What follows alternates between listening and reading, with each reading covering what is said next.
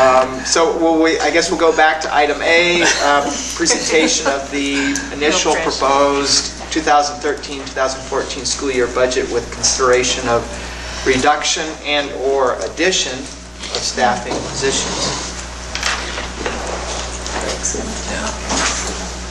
I just want to say that if this is shorter than the last two presentations, somebody owes me an apology. I don't think I made any remarks. Bye, Mark. Okay.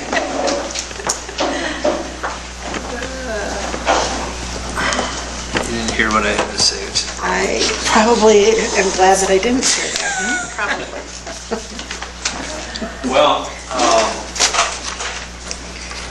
we'll try to, I won't say muddle through this, but get through this as painlessly as possible.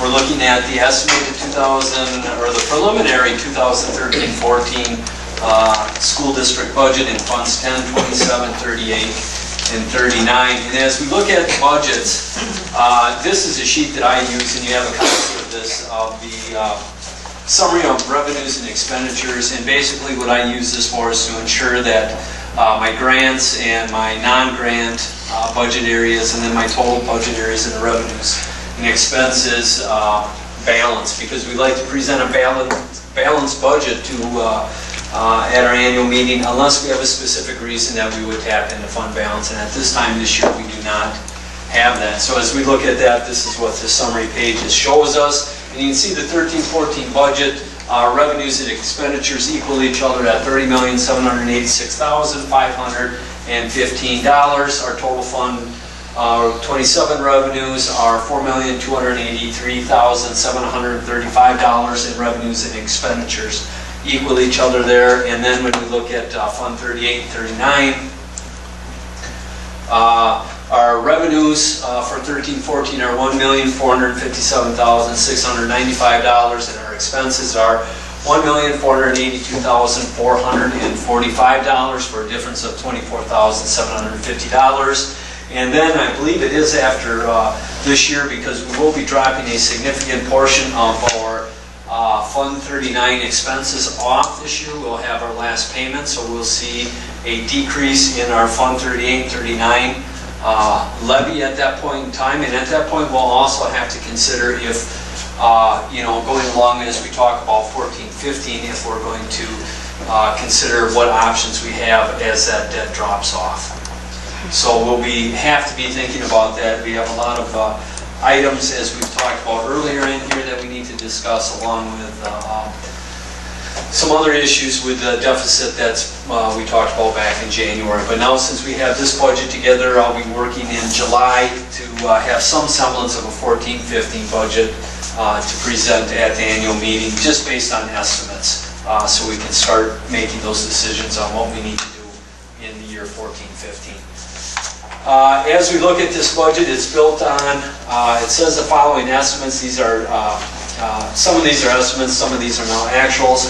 It's built on 1% salary increase. It's also built on a 5.3% health insurance increase, which we actually know. And then dental increase, there is no increase there. And a possible 1% Wisconsin retirement increase, which the district's obligation for that 1% increase would be half of that, because of changes to the retirement based on Act 10. Again, this is a sheet that we've been looking at really since January. It's changed a little bit. We've gotten rid of a few things because we're starting to find out what some of the unknowns are. But I want to remind us, before we get too far into it, there still are a lot of unknowns as we look at this. Again, revenues and expenditures equal each other, but one of our big unknowns is the third Friday count. We will not know that till September. Our open enrollment, although we have an estimate of our open enrollment right now, we know that will change between now and the third Friday count. Or as we look at the historical perspective of it, we know it will change. So we'll want to, we're putting an estimate together based on that. We talked about it at the Finance Committee a little bit, so we'll have to see how that shakes out as we get closer to that third Friday count. And then budget flexibility. We've been talking about this over and over, even as it relates to the 12-13 budget, how it's going to affect the 13-14 and again into the 14-15. you need to be prepared at all times for the unknowns, and we don't know what the unknowns are when we talk about budget flexibility. What are energy costs going to do? What are costs for the transportation costs going to go up or down when it comes to fuel? You know, when we look at the 1% that we have estimated for salary increases, we still have to negotiate with our different bargaining groups. You know, there's uncertainty there. So as we're moving forward here, we still need some budget flexibility, and you can see under supplemental pay and severance pay, and the supplemental pay is based on a budget figure we put in last year, and the severance pay is based on what we originally estimated in January as potential retirees. And as we've went through the year, we were able to identify that because of our changes to our retirement language we made, I believe it seems like 10 years ago, but I think it was only last year when we made those changes, that we've kind of created for the next basically 4 years in artificial,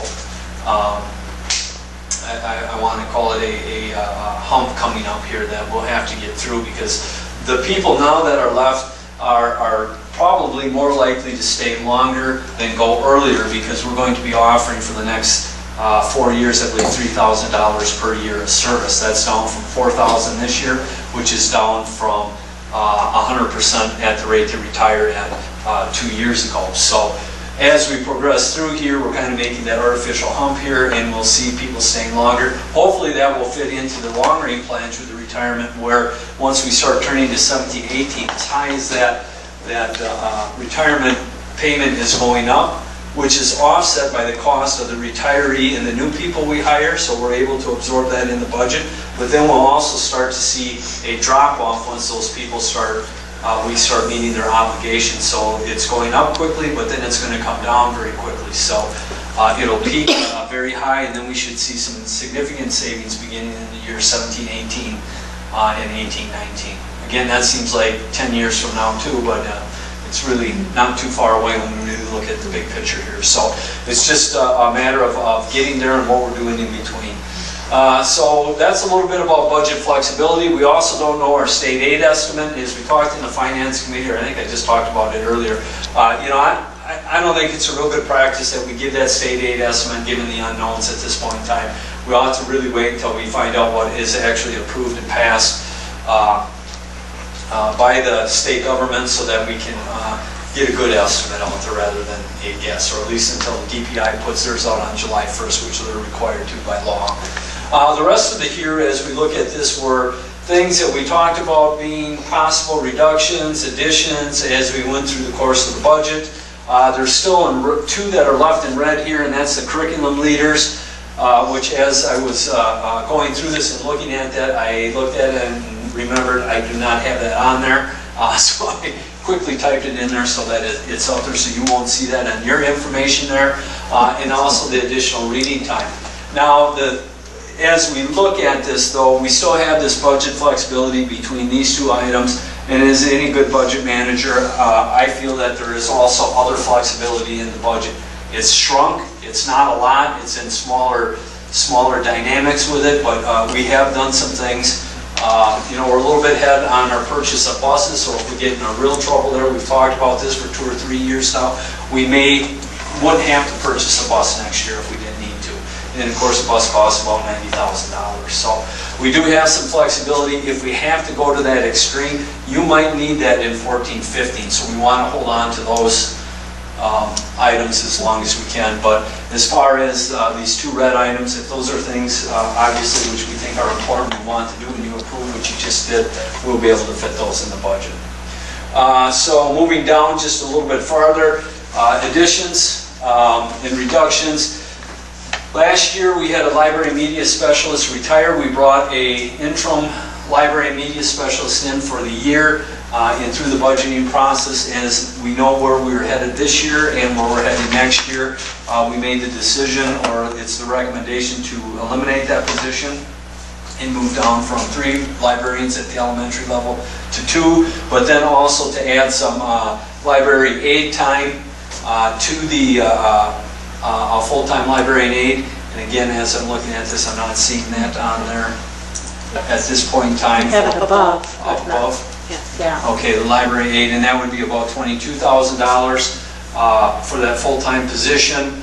And then at LaGrange, we were able to eliminate a special ed position at the building, now based on numbers. Now, those numbers could change in the next year or the following year, so you know, we need to be thinking about those things. We can't just say it's gone and we don't ever need to bring it back. With special education, if the kids come through their IEP and the laws regarding those IEPs and the services needed, we may have no other alternative but to bring that position back. But I think based on conversations at our administrative meetings, we feel safe for this year that we can eliminate that one position. Additional reading staff is up there at $15,000. The curriculum leaders, again, for the $22,000 are additional positions. That reading staff, we haven't really decided where that's going to come from at this point in time, and if it is going to come at this point in time. I think Mrs. Zardy would say, yeah, we're relatively certain we're going to do something there, but that may be able to come out of the Title I budget. We also thought we could eliminate a kindergarten position based on numbers, but we were not able to do that, which is a good thing because we want our enrollment to stabilize. We do not want it to continue to drop because it has a negative effect on our revenue limit and even our state aid in the following year. So if our property values continue to increase and our enrollment drops, we look more property rich, which in return gives us less state aid. So then as we look at speech and language, again, an ongoing problem that we've been trying to correct. We still have one open position that we're trying to fill. I don't know where we're at with that, but it's very difficult filling that position. But last year we had to add $100,000 in presence learning because we weren't able to fill 2 positions. And we still have to offer those students their services, and we committed 2.5 FTEs to help those speech teachers who are picking up basically the load of the loss of the 2 teachers. So those were in last year's budget, but not in October. So those are really kind of new budget items as we're looking here. And then that math aide position for that math lab at the high school. Those are our new positions for 13-14. Questions up to this point? Greg, what's the difference between the additional reading time above and then the reading? No difference. It's just a matter, they haven't actually officially been added yet, so I'm kind of we still need to have that budget flexibility to pay for them. So once they move into this area here, the budget up top here would reflect that. So there's no difference. And that position, Mr. Buss, right now we just have 1 8th grade reading teacher. We have 2 6th grade and 2 7th grade.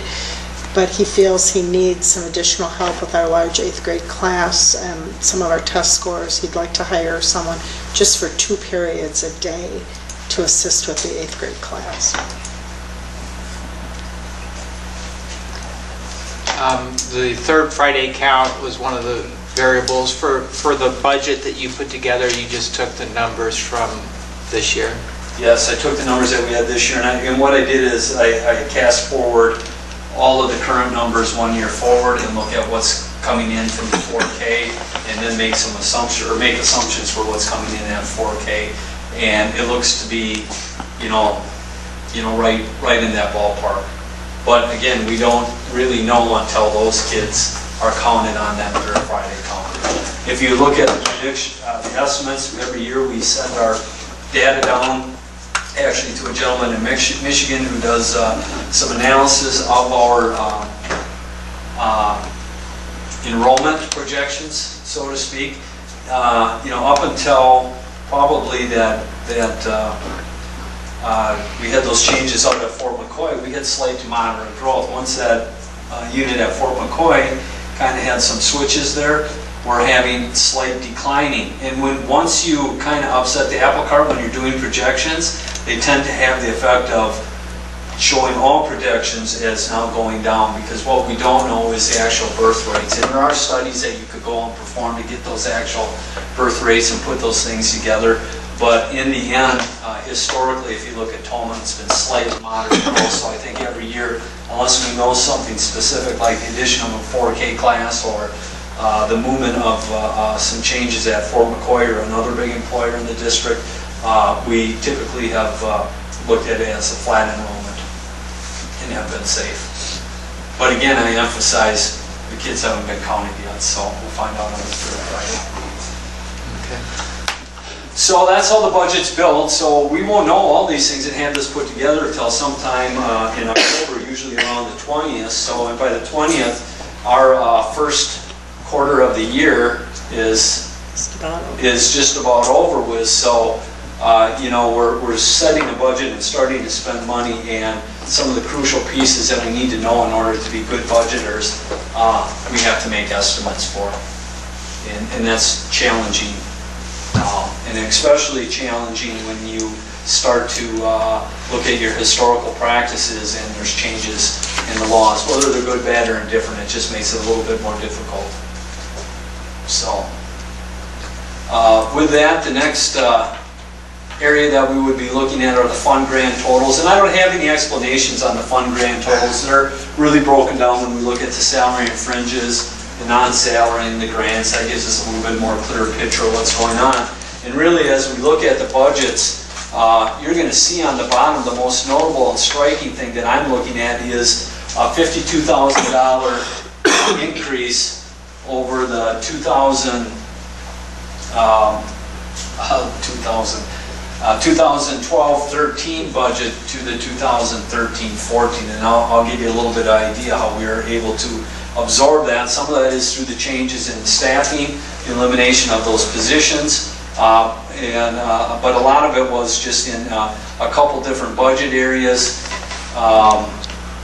One of them certainly being in the operation. We reduced our utilities by about $70,000 or $65,000. Again, you know, I think we can do that. I wouldn't propose it if we were just, you know, I'm just not taking a shot in the dark here and saying, well, we got to reduce it, so we'll just wish this budget gets reduced by $70,000. As we look at actuals, yeah, they're saying that we could be all right. But if we go back to, it's getting to be probably 6-7 years ago, when natural gas prices really took a hike, and then we had a cold winter on top of that, there were some significant overruns and costs, and that's actually where that budget was set by, was those you know, peak years that we had. There were high years, but I think looking at the actuals, we're going to be okay. We've done a lot with our energy management to be able to hopefully keep those costs down. Construction budget was reduced by $236,000 to the $350,000 that is typically budgeted in a construction budget.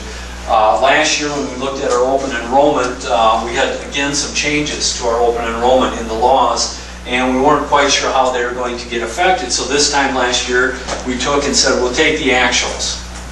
And when we took those actuals, we ended up being significantly higher than we should have. Along with that, and some other changes to our health insurance, we were allowed to increase that construction budget by $236,376. And I believe also we purchased some buses at the end of the previous year that allowed us to free up some funds in this year, which also added to that $586,000 we saw last year. But so we're seeing a reduction there, but this is really our target in any budget years to have $350,000 in the construction budget. Also in curriculum technology, I was talking about that open enrollment. We were able to increase their budgets from typical budgets by about $80,000 each. So we were able to reduce those budgets. Although curriculum is still going to be a little bit higher than normal this year, we were still able to reduce that by $40,000. So just between those two budgets, you're looking at about a $350,000, $375,000, and then you add that operations to that. So there was a reduction just in those four budget areas of about $400,000 or a little bit more. So when we talk about those increase in health insurance and those other areas, really that's kind of where you're looking at the decreases. Also in Fund 10, you're seeing a decrease of about $72,735. Really, that's coming from the changes in Title I. We're getting less money every year, and then because of the sequester, we're looking at about a 5.5% reduction for the allocation for 2013-14.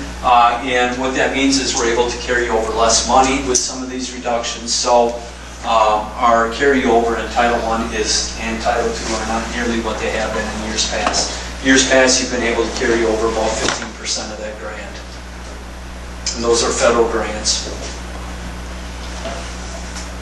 Taking a look at Fund 27, that budget's up approximately $109,022. And again, you're seeing a significant reduction in grants again. Fund 27, we get 2 federal grants, one approximately $583,000. And as we're looking at that grant, or I should say thereabouts, again, we're looking at a reduction around 8 to 10% in that federal grant this year, along with reductions over the last couple years and increased costs in special educations, where we've been able to carry over probably 10% in those budgets in years past or more. This year, actually, we're not going to be able to carry over anything. So the net effect of all those things is that we have to reduce costs in those grants, which has the effect of either increasing costs in Fund 27 that is district supported, or meaning we have to eliminate some things in the grants. And at this point in time, we're able to balance that budget for next year through mainly eliminations in the non-salary areas. I think that's a true statement. Fund 38 and 39 we've talked about a little bit, so there's really not a lot to discuss there. Then the next sheets that we're going to start looking at here, these are the non-salary and salary totals without the grants. You can kind of take a look at that. And again, Fund 10 increased by $125,539 on the non-salary side. And then Fund 27 increased $196,383. And then when we look at the grants,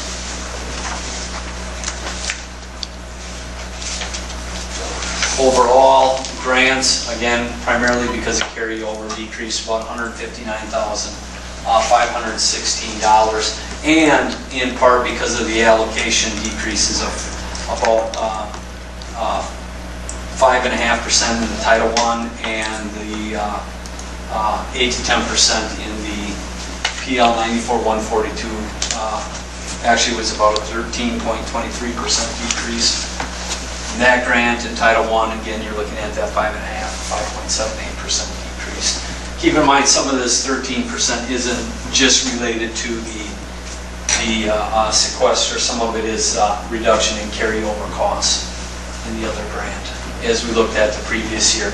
This year, we carried over more money, so it looked like we had more revenues. This year, we're not carrying over anymore, so this is really the allocation right here. Questions up to this point? See how fast I gotta go to get my apology. When we're looking at our salaries, you know, every year we have coding issues where we're moving people based on whether they should be in Fund 10 or Fund 27, and that's what you're seeing in the alternative school with a reduction of about $51,812. We had one budgeted in Fund 10 that should have been in Fund 27, so that has been corrected. Other than that, when you're taking a look at some of the increases that you're seeing here, those are primarily based on a 5.3% increase on health insurance and then 1% increase on salaries.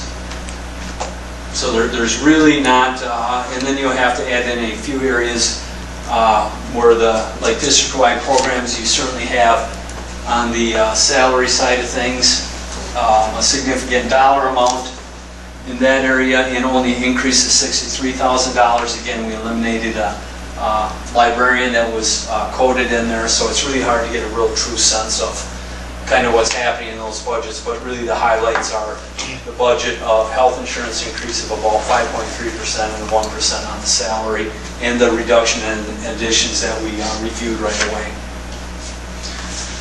And again, you're seeing a total Fund 10 increase of $270,369 on the salary side of things. And again, that does not include grants. Then on Fund 27, Again, some of those same changes with $156,383 increase. Same assumptions, 1% salary, 5.3 on health insurance. And then when we look down to, we'll move into the non-salary here. Typically, we spend quite a bit of time in this area because really, when it comes right down to it, the only flexibility we have in our budgets is in the area of non-salary. Salary and fringe, our control comes in at negotiation times and also by the addition or elimination of programs. Other than that, once those areas are determined, there's not a lot of control. And about 75% of our budget does come from salary and fringe benefits. So as we're looking at the non-salaries, you can see it looks like the elementaries took a significant hit at $24,973, but that doesn't really, again, tell the whole picture. What it tells us is if you dig deeper down into that number, we're having some textbooks purchases this year, and with those textbook purchases, the workbooks are coming with that purchase. So we are not purchasing workbooks in the area of math.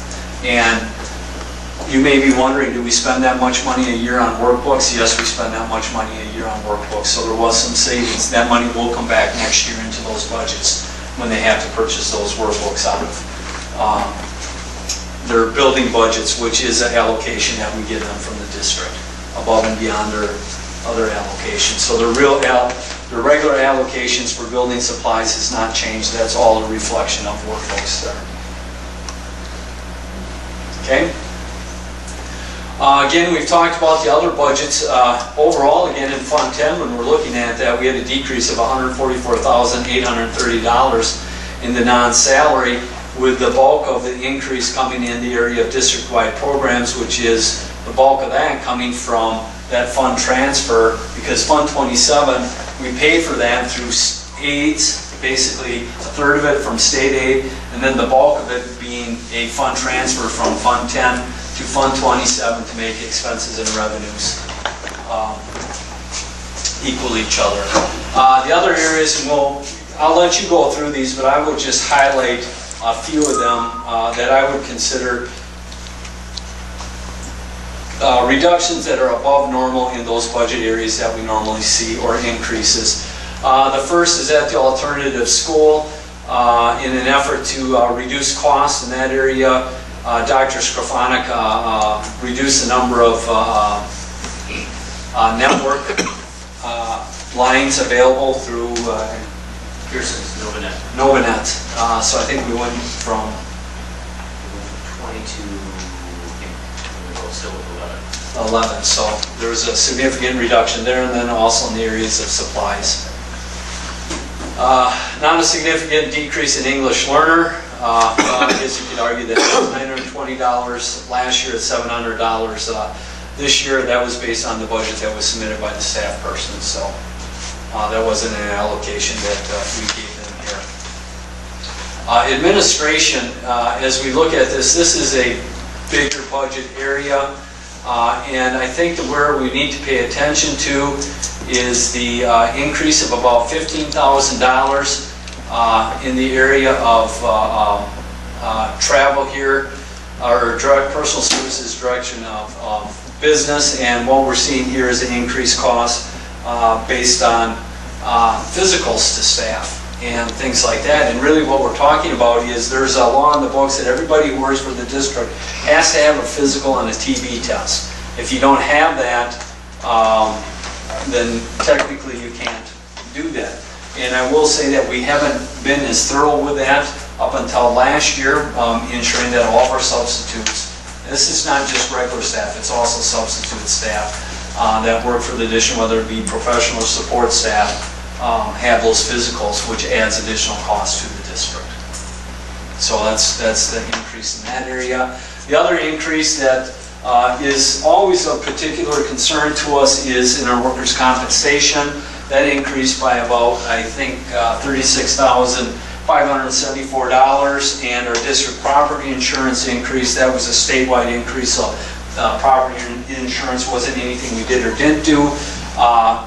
District workers' compensation, that is related to the number of work injuries we have, And as we talked with a person from the Department of Commerce yesterday who stopped in, we have 3 areas of concerns. One is slips and falls, okay, and one is ergonomics, bending over, picking up things. And our third highest area that we're starting to see, and we've talked about this administratively, is in the area of injuries to staff by students. I think that's an area that we'll want to pay attention to as we keep moving forward. I think it's going to be an area that is going to be even more expensive for the district. At some point in time, if I would put on my futuristic goggles, I think you'll see some legislation coming from the worker side of things based on injuries to staff in this area. It's a significantly growing area. 15 to 20 years ago, you weren't seeing injuries, to our staff at not just in Toma, all over the state. So, unemployment compensation, that might be a little bit light, so we'll just see where that goes at this point in time. Health, not a real significant, well, there is an increase, but I wouldn't call it significant at $1,425. Transportation, increase of $4,695 on the $904,000 budget, so I do not consider that. 0.5% increase, exorbitant. And then I would look at operations. Again, we reduced that. I keep moving past it, sorry about that. Reduction in the utilities we talked about for about $64,000 or thereabouts. And then you see this $96,000 reduction and a $96,000 increase. That's just a coding issue there. So a switch from one area to another. I actually have to go back and check to make sure that we have that budget in the right place. Construction budget reflects that $236,000 decrease we already talked about. The maintenance budget has a approximate $3,200 increase, very minimal there.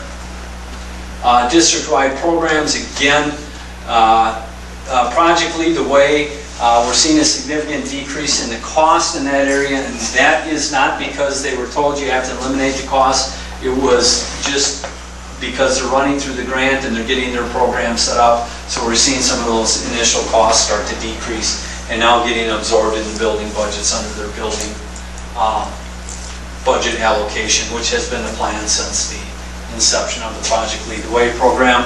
You're also seeing in the servant leadership program that at this point in time it's on hiatus, I think would be a right word to use for that. At a minimum this year, and we'll see where we're at going into 14-15. So you're seeing some savings there. Open enrollment, we talked quite a bit about this at the Board Finance Committee, and if we look at that, the average net change between students going out, let me start that over, students coming in, which is revenue, versus students going out, which is an expense, which you're seeing here. The net difference between those for the last 2 to 3 years is right around $300,000.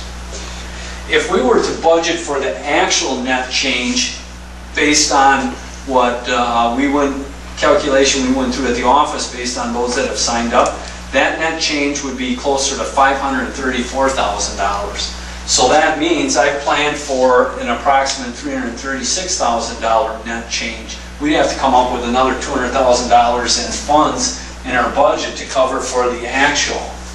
We did that last year, and what we found out is, even though with the changes, that was too high, and that's why you saw that $80,000 in technology and that $80,000 in the curriculum budgets that were focused in those areas. So as we talked about in Finance Committee, we're going to stick with the estimate that's in the budget right now and looking at the 3-year history or 2-year history of about a $300,000 net difference between the ins and the outs and go with that. What that means is this time next year, I could be saying instead of having that $80,000 in the technology and curriculum budget, we could be saying, man, we should have went with the actuals. So there's a little bit of a risk. But we'll know in September, and we'll make those adjustments through that budget flexibility if we have to at that point in time. So hopefully we will be okay where we're at there, but that's just one of them unknowns that we're trying to plan for.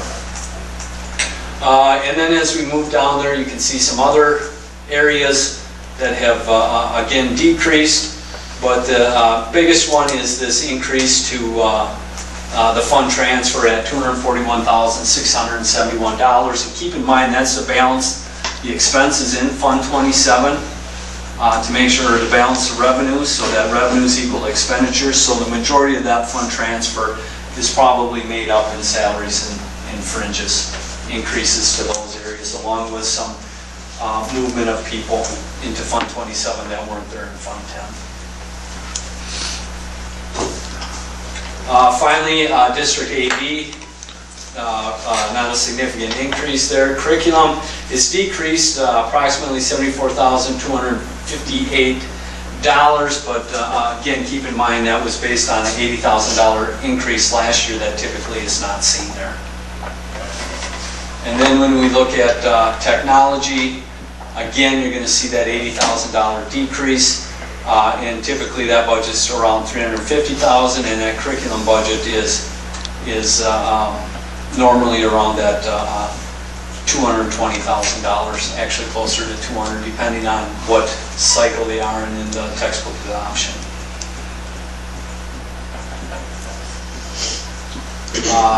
Talented and gifted, down. Again, this is not us telling them they need to reduce this. This is what the actual budget person, which would be Rocky, has submitted for a budget. So again, if they need anything, and it doesn't matter which budget it is that typically if they ask, we have that flexibility. If it's a need, we take care of it. So whenever you reduce budgets, you know that there may be some reason that you need to increase it, just as I'm talking about with the open enrollment. So I can't expect you to have that flexibility on open enrollment and not give that same flexibility to other building budgets or other budget areas. I will again let you look at the revenues here, but I do want to point out one thing that kind of drives home that $150, $75 discussion that we talked about. You're seeing an increase in property tax of about $205,925. That's based on enrollment and the $75 increase in the amount of state aid we got. Actually, our state aid decreased this year in comparison to what we got the previous year by about, or the estimate, by about $144,191. Now again, that's based on a January estimate, so we're going to wait and see what happens on July 4th. I got my fingers crossed that that will increase at least slightly. But then you're seeing another line item here of $232,950, and that's based on a $75 categorical aid increase that we're getting outside of the revenue limits. And then as we look at that, you'll see some other reductions in the budgets. A lot of that is due to, again, in the grant areas of the carryovers and reductions forced by sequester. So overall, when we look at the total revenues in Fund 10, again, they are up $52,804 over the budget that was presented in October of last year. I'm sure I beat those other folks, so anytime, sorry. You're doing a great job, Mr. And then you can look at the Fund 27 revenues, again, up about approximately $109,022. There is Fund 29 Native American grant that we get from the federal government, and that increased about $581. And then food service, we're looking at a reduction of about $139,773, and a lot of that is a direct result of the estimates in October of what we thought we would be bringing in to changes to our a la carte line that just really haven't presented itself. So we'll go through that Fund 50 before July again and make sure that we have that as close to where we want to for the annual meeting. Questions, concerns? There's a lot of information. Lots of information. We have to spend some time on that. I mean, we won't know the third Friday count by the annual meeting. This is likely to be fairly close to what we're going to see. I don't anticipate a lot of changes in what we present in July. This is what you'll approve to take to the annual meeting. This is the initial 2013-14 budget presentation, so if they should be minor tweaks. If not, we'll let that go. Oh no, Cindy's moving it. How is that moving? Anyways, sorry. If there are explanations for them, and those are things that were either, I won't use the word overlooked, but that were just unknowns that we didn't see at the time we put this together, so. Okay. Any questions or concerns, I think, on the reduction and additions of staffing? Although you're not approving that tonight, if you had questions or concerns about those areas or any other budget area, I think it would probably, at a minimum, give us a heads up on it if you can tonight. If not, certainly send myself or Mrs. Zardi an email regarding those so we can kind of get those worked out as we move through into July. But again, these aren't things we haven't been talking about really since January in some form or fashion.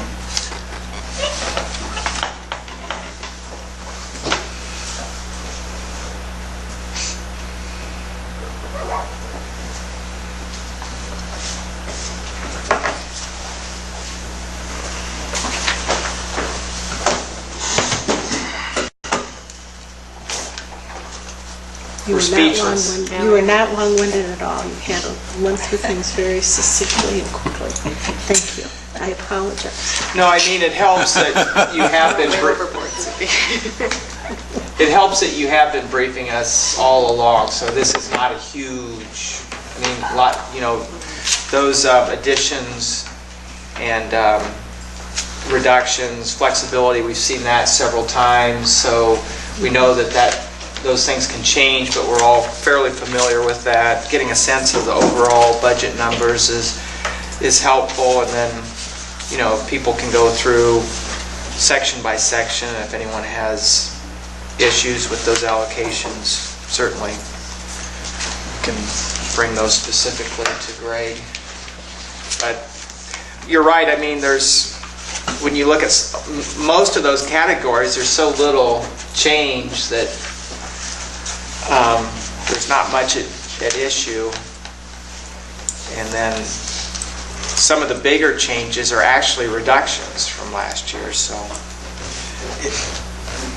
And as we talked in finance, although, when you're putting the budget together in October, and I even feel this way going into the 14-15, and this sometimes runs contrary to what Mrs. Zardi's goals are, and really your overall goals of improving student achievement. But when you're looking forward to difficult years like we are looking forward to this year, and potentially looking at next year, any costs, and again, this isn't something I haven't said, anything we can do to put ourselves in a better position, meaning not adding ongoing costs to our budgets, will put us in a better position for 14-15, even if that means that we have to spend those dollars as like a one-time expenditure, whether that be construction or curriculum. The problem is sustaining those dollars once they become a staff person, where we can have a little bit more flexibility on those one-time purchases. And I think that's what you're seeing this year. Had we not had those dollars in those budgets last year, and we had put those dollars in additional staffing, as tempting as it is sometimes, this year would be a whole lot more difficult. So, but that doesn't always add up to, again, which I completely understand and I'm supportive of too. We're here to educate kids. Yeah, I'm sure everyone could find spots where we'd like to add more people. But when you're looking, when that's a permanent addition to the budget, we have to be very careful. And I think that's really going to be the big conversation piece in 14-15 is, where do you go from here?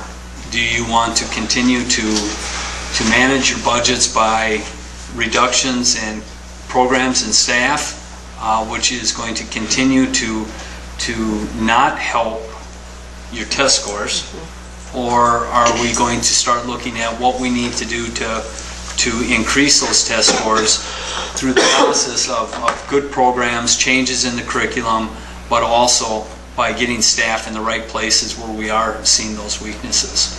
And I think that will be the big discussion going into 14-15. And again, when we're looking at that decrease in that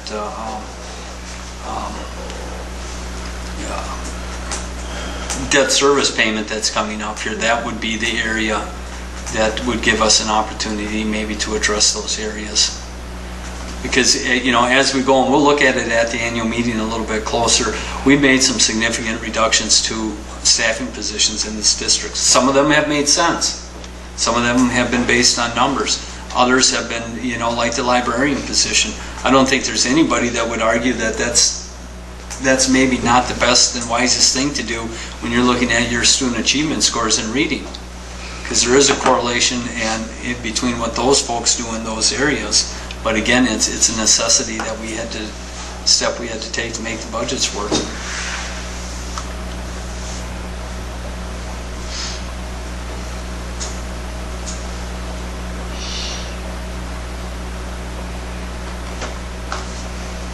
Okay, yeah, it's a very complicated picture. We try to keep student achievement front and center all the time,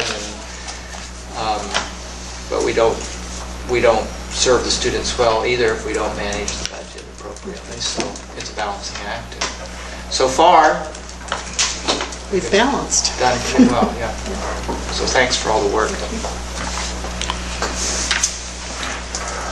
And always with that, a thank you to the office staff that helps me Yeah. put this together. Because A lot of number crunching. Yes, there is. Couldn't do it by myself. Very labor intensive, I would think. Pass along our appreciation. We'll do that. Okay, unless there's anything else,